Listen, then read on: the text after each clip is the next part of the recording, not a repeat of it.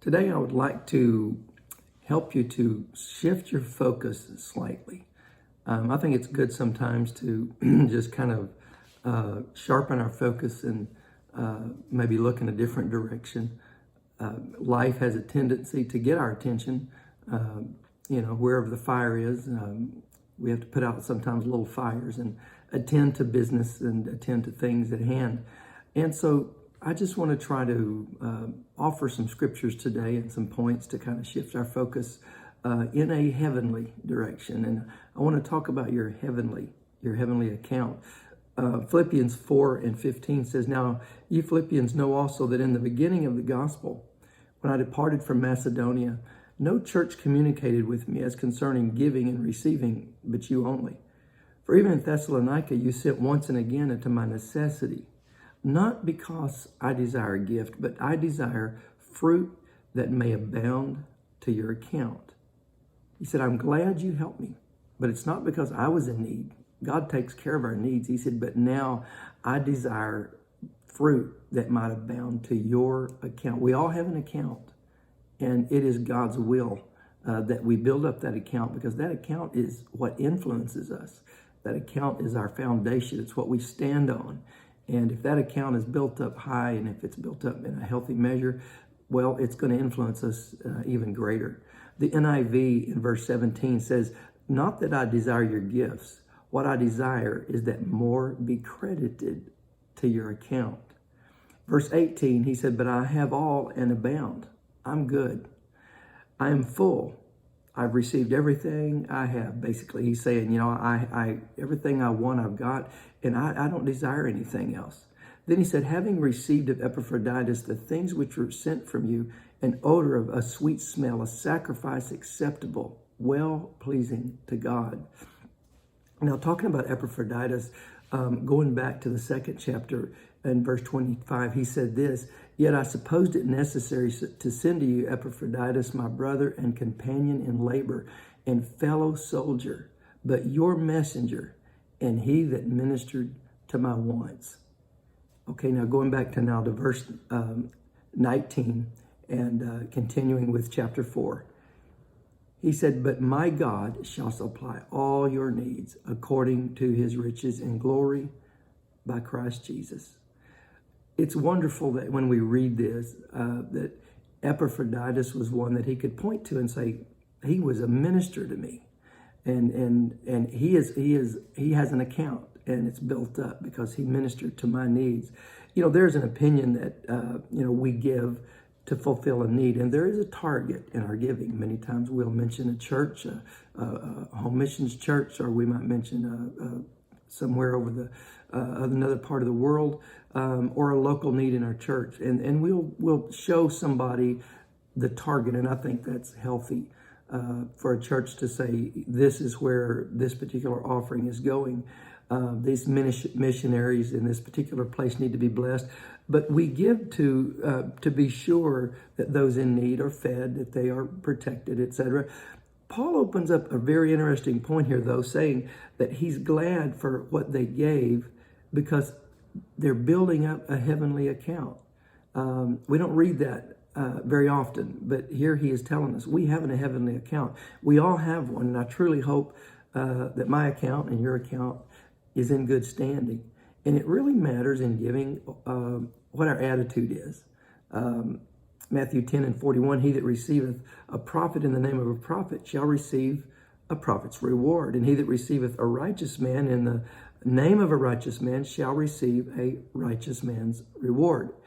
And whosoever shall give to drink one of these little ones a cup of cold water, only in the name of a disciple, verily I say to you, he shall in no wise lose his reward." No matter what you do, giving to somebody that's good, giving to somebody that's a minister, giving to a child in need, you will not lose your reward. We are blessed more so based on the attitude and how we receive than how we give. If you'll look at Matthew 6:19 through 21, he said, "Lay not up treasure for yourselves on earth, where moth and rust doth corrupt, and where thieves break through and steal. But lay up for yourselves treasure in heaven, where neither moth nor rust doth corrupt, and where no thieves do not break through nor steal. For where your treasure is, there will your heart be also. Where our treasure is, that's where our passion is. That's where our attention is going to be. We are all investing in heaven, in a heavenly account. Every single day we're investing. And I have to ask myself, am I investing into worthless accounts or into solid kingdom matters? Where is my time going? Where is my currency going? Where is my efforts going? Luke 6 and verse 38 in the New Living Translation says, give and you'll receive. Your gift will return to you in full, pressed down, shaken together to make room for more, running over and poured into your lap. The amount you give will determine the amount you get back. Well, that's pretty plain. And I thank God today that we have all seen that in our personal lives. The amount you give, God gives it back, but he does it with a blessing attached to it. God will affect our source of blessing from earthly means when we give. Heaven gets involved. God's hand gets involved with the same measure, but with God's hand added to it. And here's where we might miss something. You will end up with more than you gave because the return is going to be running over. And that's the thing, that when we put something into God's care, and this doesn't only go with monies and so forth, this goes with our cares. Cast all your care upon him, for he cares for you. When we put something in God's hand, the value of it increases. First of all, just by giving something to God, just by saying, Lord, this is yours, automatically it adds value to it because now God's hand is in it. And when God touches anything, it's of greater value. And so we must realize anytime we invite him into our equation just became more valuable. And even though you might look in retrospect at something you fretted over, and 2 or 3 days later, a week later, you think, why was I so upset? Why was I worried about that? Well, we're looking at it from the perspective of now that God's taken hold of it, he's given you peace in your heart. And that peace may cause you to look at it differently. But it's necessary that we be a little anxious at first, that we get a little worried at first, so that we can take it and put it in the right place. God gives us burdens. He allows us to go through some trials so that we can bring them to him, so that he can bless it and give it back to us. Pressed down, shaken together, running over. If God provides for the birds of the air, the Bible tells us, how much more does he care for us? How much more does he care for those, that touch the kingdom of God, those that talk to God? He will bless the birds. Yes, he does. But if he blesses them, how much more will he be involved in blessing us? And those in need not need anymore. They just need to know they can go to God. The various, the various missions and ministries that we give to, foreign missions, home missions, and different things, Mother's Memorial, She's for Christ. All of this is just networks to funnel our giving to particular needs. And I think that's an amazing thing. You've heard of TV and radio preachers, and they have a 30-minute slot, especially the radio ones, and their purpose, when you realize after you hear it a while, is to secure funds. And they may have some name of something, but we have seen stories in the news where they've been exposed because their money was not going to where they said it was, and some of them have even been arrested for that. I'm thankful today that we have channels that we know and that we can give to and know that they are being blessed. I'd rather have God's hand in my blessing than to withdraw my hand from helping others and struggle to make ends meet. I would rather give and know that, well, some of what I gave, I don't know where it's going to go. But I'd rather do that because then I got God's blessings on my life. 1 Peter 5:4, when the chief shepherd shall appear, you shall receive a crown of glory that fadeth not away. It's all about the end. It's all about how we end up. It's what we do here on earth is going to determine that final payday. Then there's our eternal reward. Can't forget about the eternal reward. We mustn't forget that we're really now working for eternity every day. As we hit our stride here, we're investing there. God directs and invites us towards that road of righteousness. Revelations 3:11, he said, behold, I come quickly. Hold fast to that which thou hast, that no man take thy crown.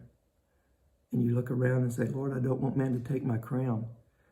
Well, also be sure that you're not the man that takes your crown. Don't be stingy and think, well, they have enough, and I'm giving my 10%.